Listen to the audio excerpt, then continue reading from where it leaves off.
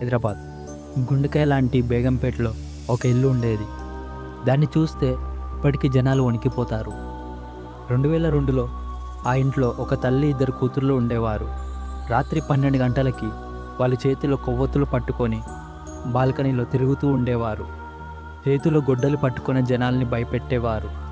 ఒకరోజు రాత్రి ఒక దొంగ ఆ ఇంట్లోకి చొరబడ్డాడు. కానీ లోపలికి వెళ్ళినవాడు భయంతో పిచ్చివాడై కేకలు వేస్తూ బయటికి పరిగెత్తుకుంటూ వచ్చాడు. ఎందుకో తెలుసా?